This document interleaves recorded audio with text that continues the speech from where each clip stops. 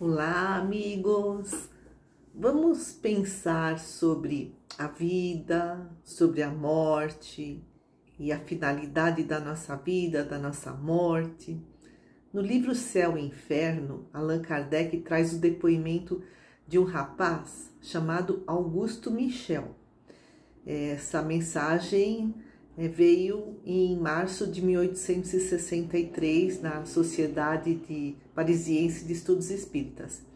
E o Allan Kardec explica que o Augusto Michel foi um moço rico, boêmio, que gozou larga e exclusivamente a vida material.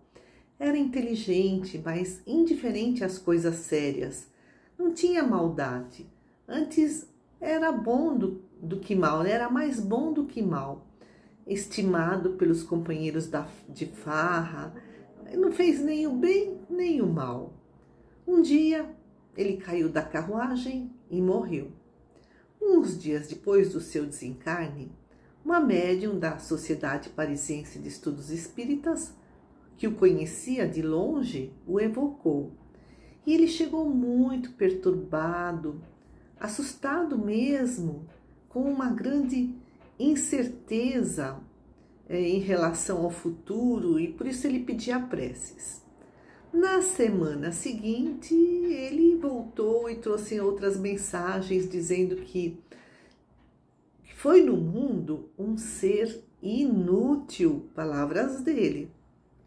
Não fiz uso proveitoso das minhas faculdades. A fortuna serviu apenas à satisfação das minhas paixões, aos meus caprichos de luxo e à minha vaidade. Não pensei senão nos gozos do corpo, desprezando os da alma e desprezando a própria alma.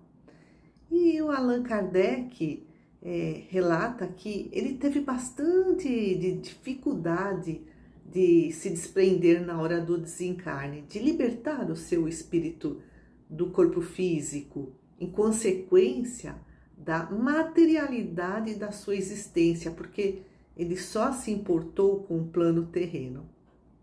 A benfeitora espiritual Joana de Ângeles nos diz que nós temos um orgulho desmedido, uma presunção, e pensamos, por enquanto eu não vou morrer.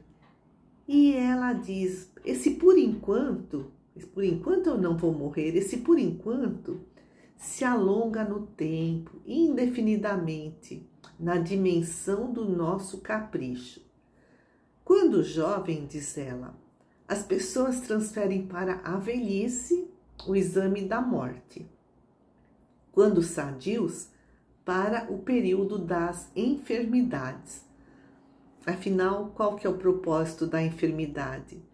É nos ajudar a refletir sobre a forma como estamos vivendo, a reformular os nossos sentimentos, pensamentos e comportamentos.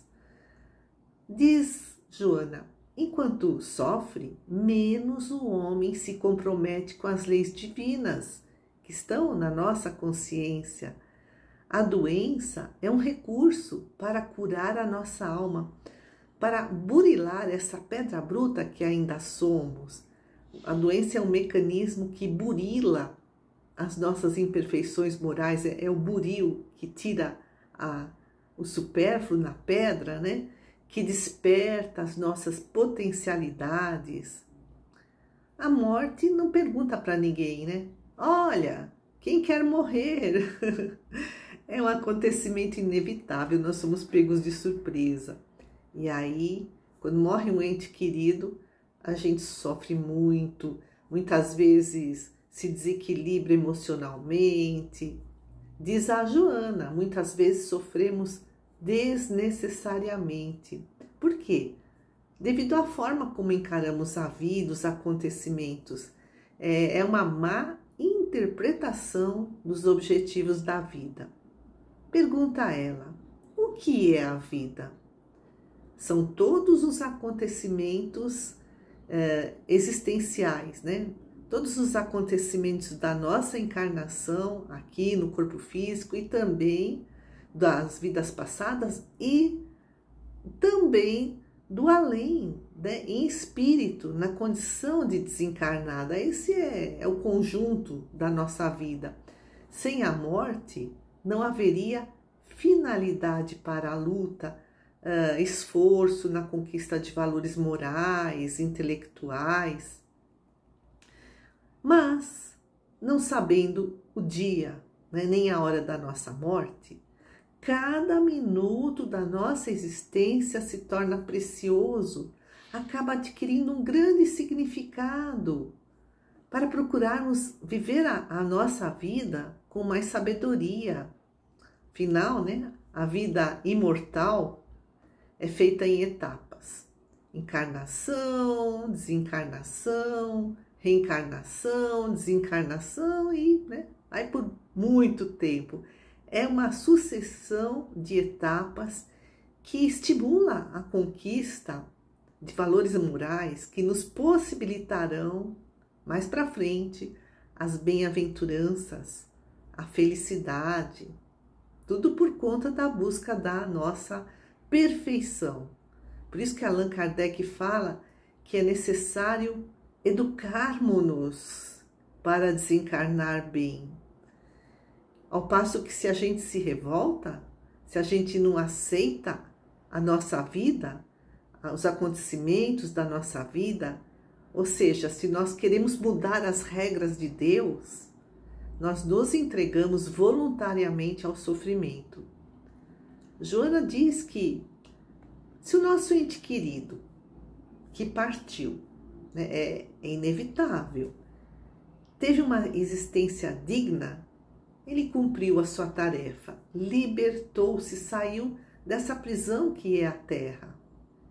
E ela fala que essa libertação dessa prisão é motivo de alegria para os que ficam, porque nós estamos ainda aprisionados nesse mundo de provas e expiações, enquanto ele já saiu da prisão. E ela fala também, se a pessoa foi má, a morte interrompeu a continuidade dos seus delitos. Ela não vai continuar se comprometendo ainda mais perante as leis de Deus. E se ela morreu, isso foi misericórdia divina. E ela fala, também é motivo para os que ficam, porque os que ficam vão ter que lutar muito contra as próprias tentações, contra as provas, contra as expiações. Por isso precisamos nos preparar convenientemente com estudo, com reflexão, com autoconhecimento, para aceitar os desígnios de Deus. Lógico, saudade, preocupação com o ente querido que partiu. Como é que será que ele está? Será que ele está bem? Onde ele está? A tristeza da falta, tudo isso é natural. Mas explica-nos Joana de Ângeles o objetivo da ausência do ser amado é sublimar sentimentos. O que é sublimar? É tornar sublime, é tornar aquele afeto da vida de encarnados em um afeto casto, puro, sublimado. Por isso fica aqui a pergunta, estamos nos preparando para o nosso futuro após a morte? Que morada queremos habitar? O André Luiz, espírito, escrevendo no livro Nosso Lar, pela psicografia do Chico Xavier, conta que ele ficou encantado com a colônia, com o nosso lar, mas que ele não havia se educado para a morte. Ele não havia educado seus pensamentos, as suas crenças, né? Não pensava na imortalidade da alma, na existência de Deus, não educou os seus sentimentos, suas emoções, por isso que ele teve medo. E a Joana de Ângeles nos explica que nós trazemos esse medo de muitas encarnações, é um vício mental. Por isso é necessário educar pensamentos, sentimentos e comportamentos, ou seja, fazer o bem. Leon Denis, no livro O Problema do Ser, do Destino e da Dor, escreve: as nossas obras acionam a misericórdia de Deus. Emmanuel também diz isso. O bem que fizermos será o nosso advogado no futuro. Ou seja, a cobrança das nossas dívidas poderá ser amenizada, poderá ser adiada. Joana diz também, assim, deve-se viver preparando-se para morrer, meditando na morte, a fim de não lhe sofrer a injunção aflitiva, essa imposição aflitiva, esse sofrimento que ela fala que é desnecessário, evitando o desespero e todo o seu séquito de agentes perturbadores, doenças físicas, mentais, problemas de relacionamento, problemas familiares, problemas até na profissão. A morte é a realidade mais certa na nossa vida. A gente sabe o dia que nasceu, mas não sabe o dia que vai morrer. Por isso é necessário educarmos-nos para a morte. Isso é uma necessidade, porque a sociedade lida a morte como se fosse um tabu e gera um grande medo esse assunto.